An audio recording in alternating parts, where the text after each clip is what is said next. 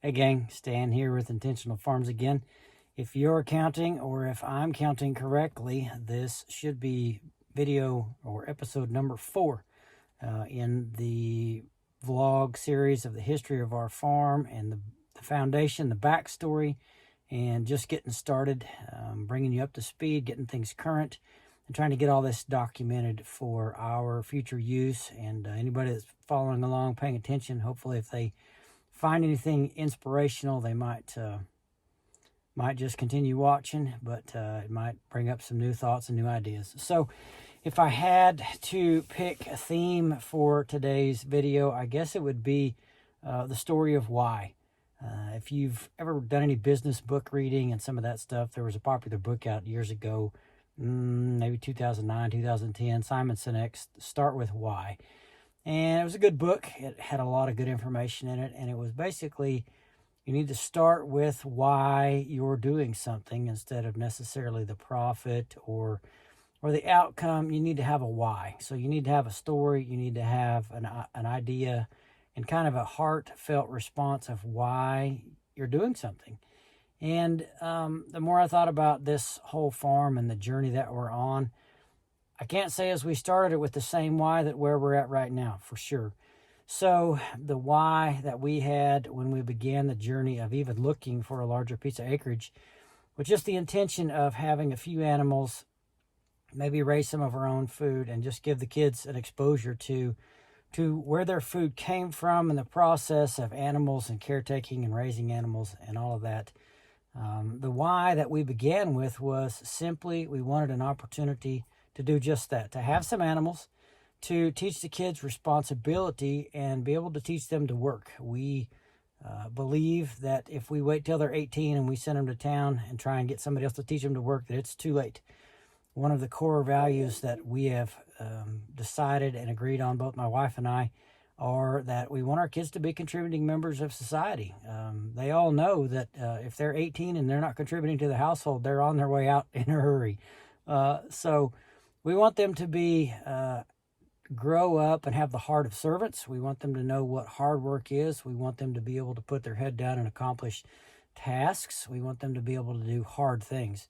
And we really felt like having a farm and having the opportunity to work outside would provide that. So that was kind of the catalyst that started this whole journey of even tipping our toe in the water to see what was out there as far as selling our current home and moving up to the farm. So that was the why that we were dealing with at that time. The why now is that's one of the facets of the current why that we are dealing with. That's still a high priority, but I think that why has begat more whys of why we're doing what we're doing and why we've chosen to pursue this and continue to scale this up and ramp this up. So once we got here, began to learn to farm and realized what we were up against, we realized that the second why would probably be the why of stewardship. That's a very important why. We've desired to live our life with with people on the outside looking in, that they could see that we take care of things because we're good stewards. We understand that as Christians, none of this belongs to us. It's all been entrusted to us. Scripture tells you that if you're faithful over little things, you'll be faithful over big things. That's not why we've done it. We've done it just because our heart is to show honor and respect to our Creator by honoring and respecting creation. We're not getting off in the deep end about making this farm our idol by any sense of the imagination. My full intent is to reflect all of that glory and that gratitude back to my Creator, and how taking care of His creation that He's entrusted me with is now pretty high importance for us. So that was the second why, the stewardship journey.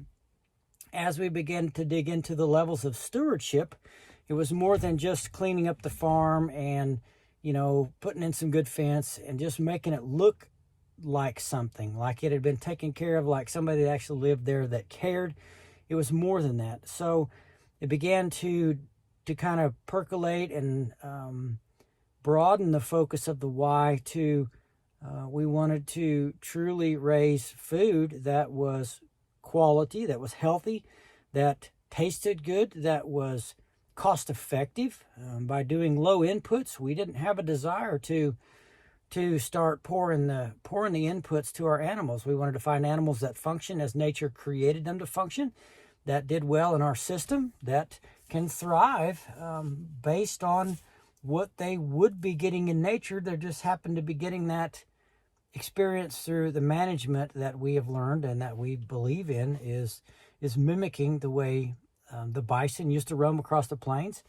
And so that was the second why. And then the more we begin to dig in, it just continued to unfold. So I guess it's like a croissant. There's lots of layers and some of them are flaky, but the more you peel, the more you reveal. So the other whys that begin to develop with this is we realize that the high cost of cheap food is getting out of hand in the United States.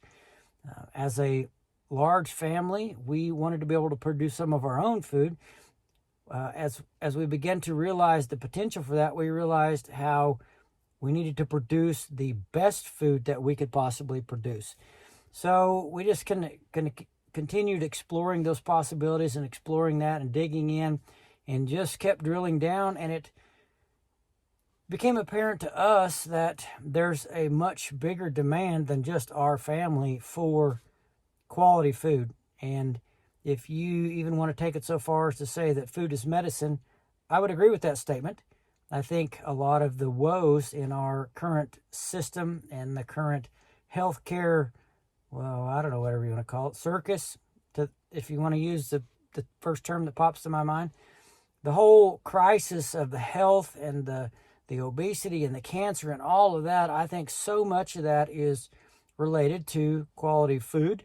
And I don't think there's enough people out there that are getting it. So since we've been on this journey, we've had more and more stories of people that we've heard, friends, people that we have sold directly to that can't eat other things, that can eat the product that we've been raising. So our eyes are being opened to that. And we want to really pursue that. If I'm going to do something, I'm going to do it to the best of my ability. And if I find out how to do something better, then it's my obligation to change what I'm currently doing and do it better. You do the best you can until you know better, and then you do better. So those are kind of some of the whys that we're dealing with right now. We intend to continue to grow this. The whys also are involved with not only teaching our kids to work, but we intend to bring our kids in and teach them how to handle the finances, the farm income, the not just the work because I said so, the work that when you work hard, it pays. I want them to continue to associate work with value and money. Just because they're working on my farm, our family farm, doesn't mean that they're indentured slaves. Yes, you live here, you eat the groceries, you get to use our electricity and our hot water. You're going to contribute. But there are going to be certain facets of this that do have a monetary value attached for the kids as well. So working on developing some of those avenues, and hopefully we should be able to be making a few more videos that are dealing with things other than me just sitting and talking. It's pretty cold outside tonight. The sun's going down. We've got a pretty nasty cold snap coming in the next 3 days. Got some single-digit lows and some barely double-digit highs. I think high 12 degrees on Wednesday this week. So today is February 16th, 2025. Again, Sunday evening, and just going over some of those thoughts, and wanted to get them recorded, get them posted, and get them logged into the electronic memory of the internet now. So anyway, be blessed, and we'll talk to you soon.